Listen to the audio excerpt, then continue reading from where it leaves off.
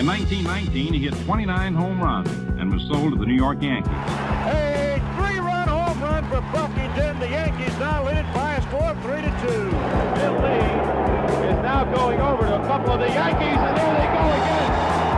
Brown hits it to deep left. That might send the Yankees to the World Series. Varitek and A-Rod going at it. Roberts is going. Posada's throw. Roberts safe. And what can I say? Just tip my hat and call the Yankees my daddies. Welcome to Fanbase, the deep dive into the greatest rivalry in sports. And this week, it's actually a rivalry. We're actually talking about the rivalry. John Senecal, Brian Shackman here for episode 167. Just a little context here, by the way. I host a morning radio show, WTIC News Talk 1080. You can always stream it. And John was supposed to come on the show live before we did the podcast and talk a little Red Sox Yankees, and the mayor of Hartford was late. And so we bounced him. By the way, I would never do that to anyone but a friend. You know what I mean? Like, I would have probably said no to him. I feel like that's the second time that's happened now this year. Bumped by a politician. Who was the other one? I don't know. They're all the same. I know you hate. It's just the color of the tie that changes, Brian. Just the color of the tie. John Senecal.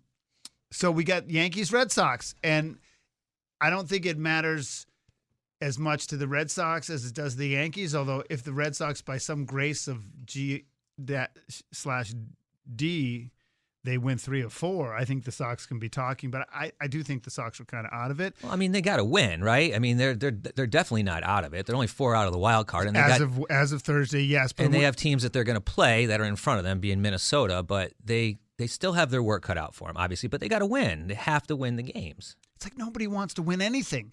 It's like when the Orioles lose, the Yankees lose, although it hasn't happened as much lately. And then the Royals, and everyone's kind of stinks right now. And it's kind of funny, but a lot of 500 ball being played. Yeah. I mean, if you look at like last 10, and this is as of, the 3 top wild card teams, Baltimore, Kansas City, Minnesota, last 10, 5-5, 5-5, 4-6. And then you have the Tigers who've done well. They've played themselves into contention, right? They've been 7-3. But then after that, Red Sox 4-6, Mariners 5-5, Tampa 4-6. I mean, it's crazy. And then you go to the overall standings, and the Yankees 5-5 of their last 10 coming into Thursday's game, and there's a lot of mediocrity out there right now. And even out west, I mean, the Astros haven't really played well lately either. So when it comes to this series, I don't think Red Sox-Yankees, to be honest, right now matters as a rivalry. I don't. I actually will come out and say it doesn't. But the games matter to the Yankees. So it's different. To me, I'm separating it, right? It's an important series. If it were the bleeping Miami Marlins in town, it'd be a big series. Do you not agree? I mean, I agree. I mean, it's the good thing about this year, I feel like, is a lot of people wrote the Red Sox off at the beginning of the season, and they've continually proved everybody wrong. So I do think there's still a rivalry because these games actually matter, right? I mean, the Yankees have to win them. That's my point. The games matter, but the opponent doesn't really matter. I mean, they always play each other tough, and the Red Sox are a much better team than everyone thought they were. So I'll say the rivalry is still there, but yes, you are right. The games matter more than the overall aura of the matchup. But that being said, I mean, the Red Sox, again, they have to win the games. The Yankees have to win the games. There is not going to be a point in the rest of the season where any of these teams are just going to be able to sit back and say, oh, we've locked this up. With basically 15 games to go in the season, you can say all you want about magic numbers, but by the way these teams are playing now and the way they've been playing the last 2 or 3 weeks, nobody's going to hit these magic numbers before the end of the season. I think the Yankees have like 8 wins to go before they could clinch, and that means other teams don't have to, they can't play that good either. So I just don't see it happening. Well, the Yankees they're making the playoffs. Like, that's not an issue. Like, if you think about the teams fighting for the third wild card are basically 500. The Yankees are not missing the playoffs. But what they need is they need the best record in the AL, and they need that bye, because let's be honest, if you watch the Yankees Royals series, they could lose to anybody. They could lose, and good pitching is going to beat you, right? When you go up against Seth Lugo and Cole Reagans is probably going to be your runner-up to the Cy Young. Possibly could give Skubal a very good run at the Cy Young. But when you see those good pitchers come in and they're in the top tier, they're shutting down an offense that's got one of the best 1 through 4 in baseball.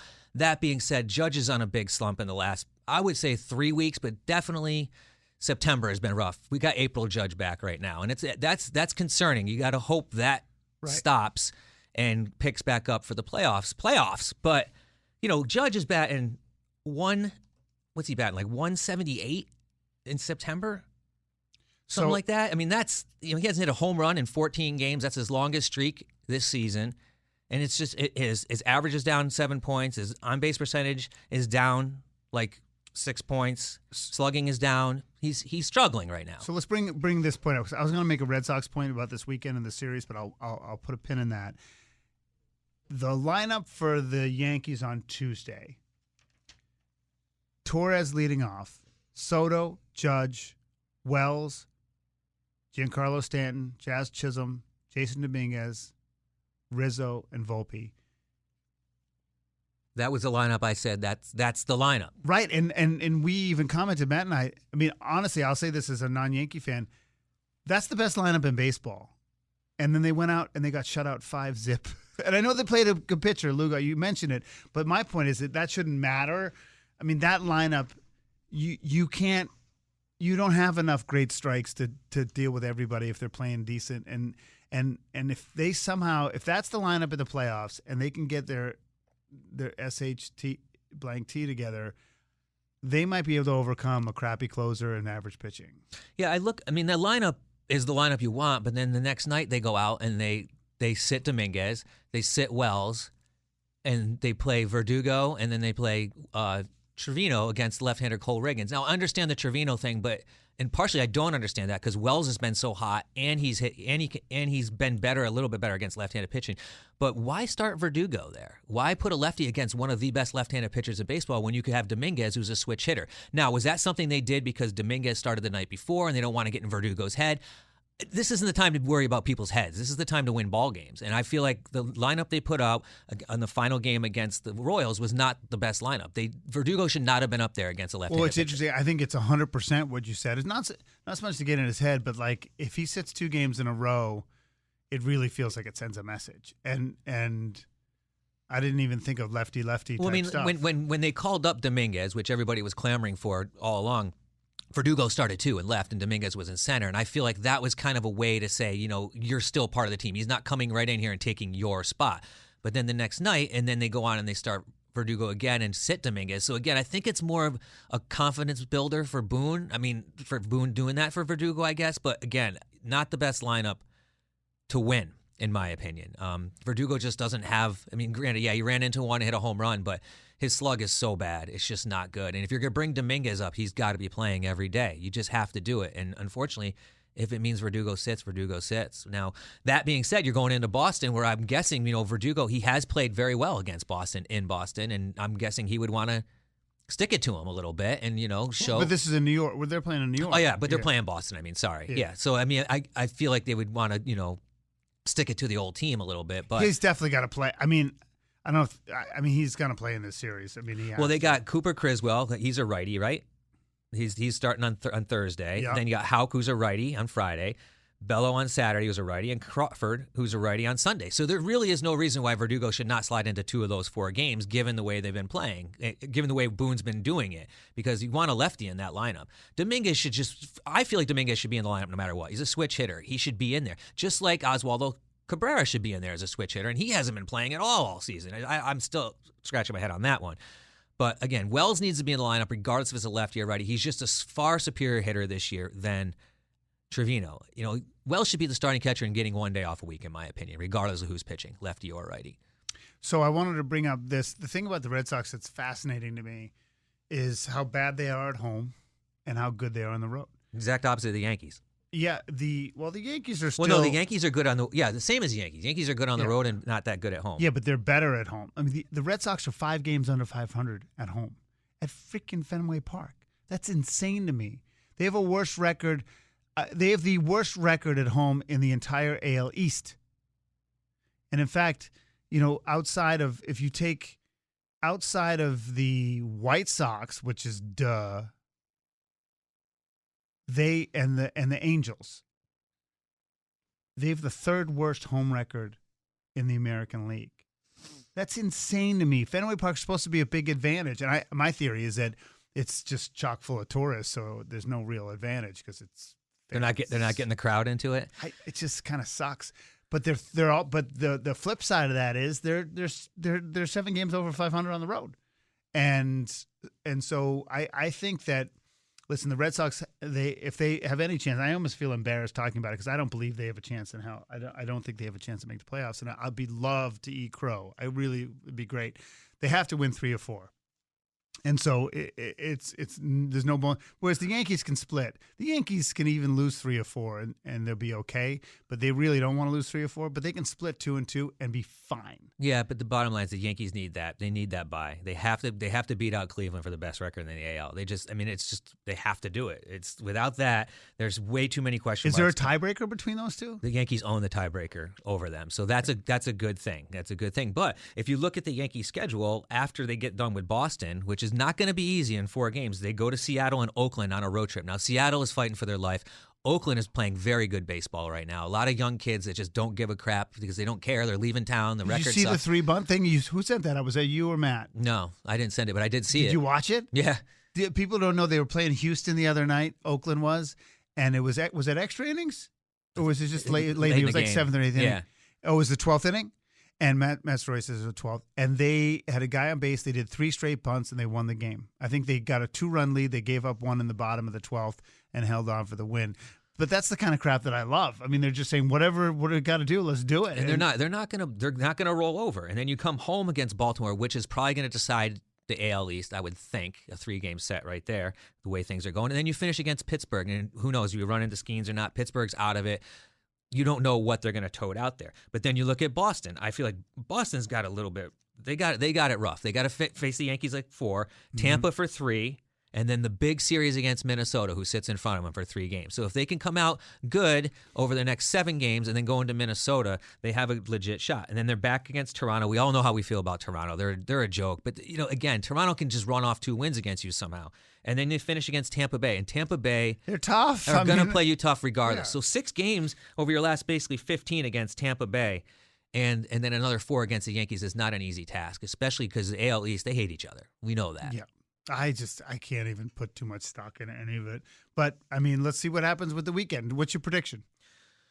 I think the Yankees will win 3 out of 4. I really do. I just feel like the Yankees starting pitching is better than the Red Sox. And, regardless of how Tyler O'Neill, and he's having a great season, and the Red Sox hitting and Duran, I just feel like the Yankees lineup, if they put out the lineup that we talked about, is far superior. And I think, again, can you get the lead? Will the bullpen hold it?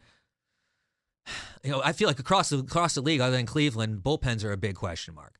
But the Yankees obviously is a huge question mark. The Red Sox is a question mark too. But I mean, I think when you look at the lineups, the Sox look, even with O'Neill and Duran, Casa, the Red Sox look like a AAA team. Devers is always going to give you trouble because he's Devers. It's just a matter of those role playing guys going to step up, the Ref Snyders and those guys. But I think it's going to come down to the bullpen, and hopefully the Yankees can do it. I mean, Clay Holmes came in on the final game against the Royals in the 7th inning, and he did Clay Holmes stuff. He sucked. So you got to wonder where the confidence factor is with him, basically coming in and, still a pressure situation because you have the lead, but it's not the end of the game, and he still couldn't perform. So he's John Senecal. I'm Brian Shackman. This is Fanbase, a deep dive into the greatest rivalry in sports. Let's touch on 1 or 2 quick things, and we'll say goodbye. Do you think Ohtani will go 50-50? He's at 47. 46. I think he's 47 home runs. I think he hit one last on Wednesday. On Wednesday night, he hit a home run. I think he's 47-47 or 47-46. The last podcast, I said that he would do it by September 15th. Now, September 15th is rapidly approaching. He still has a shot at it, but yes, Ohtani will do 50-50 by the end of the season. The question I have for you, Brian. He's 47-48. Okay, he will definitely do it. Going into Thursday, he's got 47. The stolen bases aren't the issue. He'll get to 50 there. I think home runs are hard to hit when you want to hit them. Yeah.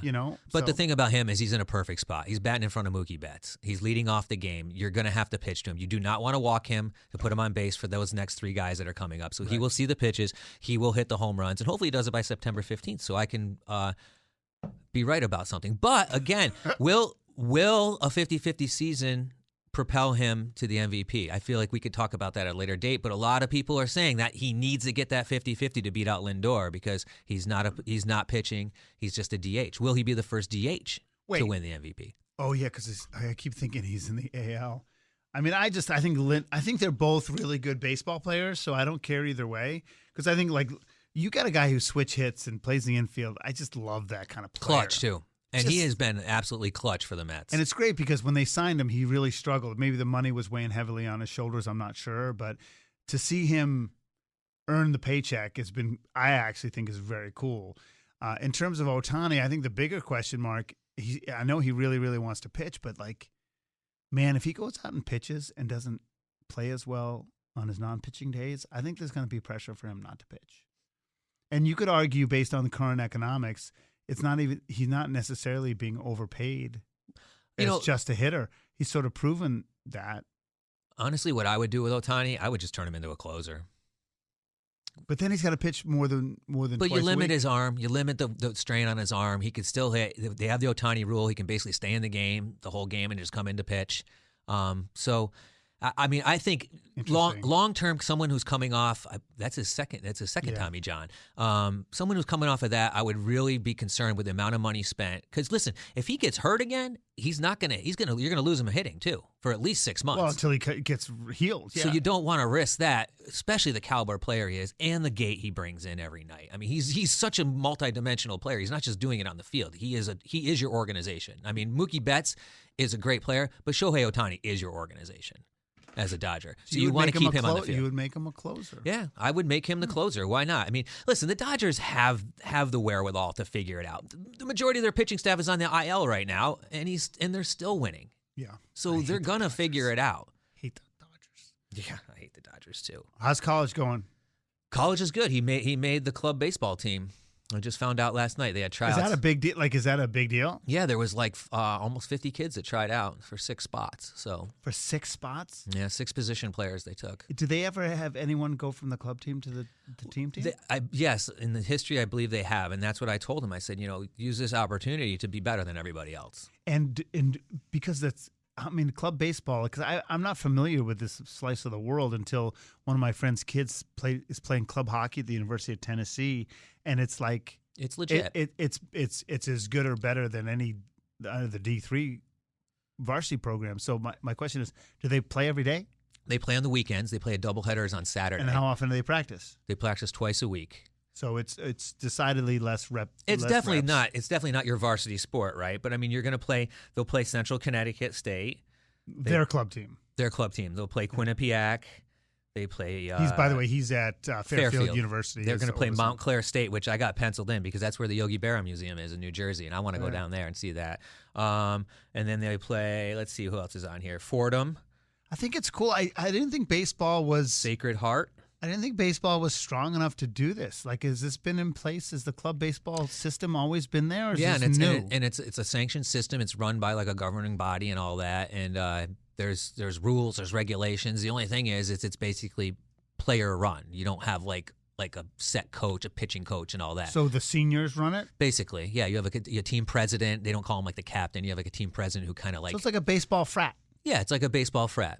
Yep, which they, he must be psyched. He is super psyched. His first, they had 2-night tryout, and they didn't do live hitting. They did soft toss, and I hate soft toss, dude. I never do it with my kids. I just don't like it. I just don't feel like it does anything. I could be 100. Just like soft toss behind the netting. Yeah, I could be 1,000,000% wrong, but regardless, I just don't see how soft toss translates into gameplay. So he got in there, and he said he killed it in the field, and he just didn't do great hitting. His soft toss wasn't good. And he said, but, blah, blah, blah, I'll come back tomorrow night. So he went back. Plus, he's second base, right? Shortstop, second base. Yeah. He can play anywhere. But there's a lot of kids that fill those spots. That's a competitive set The of good positions. thing about him is being a shortstop primarily, he transitions well. He's played third. He's played second in the summer. He's played outfield, and he's done good at all of them. But primarily, he played short and second. So I'm not worried about him fitting into a place on that team. I'm just glad he's on the team and doing something, and it's going to give him some structure, and it's going to continue. He'll be able to play now for another 4 years of doing something that he loves. As long as he wants to do it. Yeah. And so he came back the second night, and I got a text that said, I went crazy tonight. And I was like, this is awesome. And of course, the wife's up all night freaking out, the helicopter moms. I'm sure you got one too, right? It's crazy how insanely nervous these mothers are about these kids going off to college, which I get it, but I keep telling them, quit stalking the kid. Quit stalking the kid. Well, He'll be it's fine. It's tough to go from 100 to 0, right? That's the biggest thing in terms of involvement and touch points. I mean, I get it. My daughter has not been we're not quite as involved. My stuff isn't sports. The only frustration I have is we're paying all this money for college, and she doesn't get into the classes she wants. I was like, that's ridiculous. It's freaking ridiculous. And then like one class she didn't get into because her advisor didn't get back to her in time. And I'm like, what? And then my daughter's not aggressive, right? Like she doesn't want to bother people, and so she probably doesn't follow up in the way she should. But like we try to tell her to just, explain that the class you didn't get into, explain that your advisor never got back to you. And she's like, no, I'm not going to do that. Yeah, you got to advocate for yourself. I mean, that's probably the hardest thing for these kids is that it's time for them to start speaking up and taking control of their own lives. And that's not an easy thing when you've been, around your parents for the last 18 years, basically. It's a tough thing. But, I'm happy we're on week 2. He called me the other night. He was walking to the library to study at 9 o'clock. He's getting his work done. He's not calling home freaking out. He's not having roommate issues. So, the few freshman hurdles so far that most kids are running into, he hasn't hit. We have friends that kids are calling from Florida State and stuff saying they want to come home and go to UConn already. Yeah. So it's, I feel it's a little crazy to send your kid that far away, period. And the size of the school, too. And the size of the school. And the cultural difference in the schools. I mean, listen, I think it's great. I have a friend whose kid is at the University of Alabama, but I think that you have to be ready and prepared for what the differences Way big difference. might be.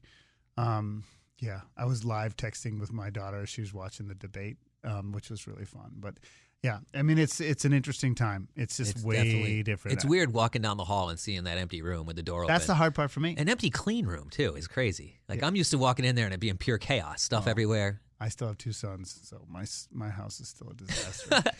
Listen, great stuff, John. I'm so happy for Jackson. I mean, that's really a big deal. It is a big deal. He's excited. I think more for the structure, like the fact that he's got a place to go a couple days a week. He's got a sort of built-in set of friendships that are coming his way. I mean, it made me nervous because the first night he talked to me and he said, I really want to make this team. I don't know if I don't make this team, I don't. It wasn't like I don't know what I'm going to do, but it was kind of like you got that vibe. It was like, I haven't figured that part out yet. But I would say, because we got to go, I would say in some ways that would have been good too, because it would have forced him to define himself. And I'm projecting a little bit, but it would have forced him to define himself outside of baseball as a person. And that would have been really hard. And it would have been maybe some rock bottomy moments, but that would have been a growth opportunity too. So I think in some ways it's a win-win. Just one is a little less painful. Yeah. Well, awesome. All right, he's John Senecal. I'm Brian Shackman. You've been listening to Fanbase, a deep dive into the greatest rivalry in sports.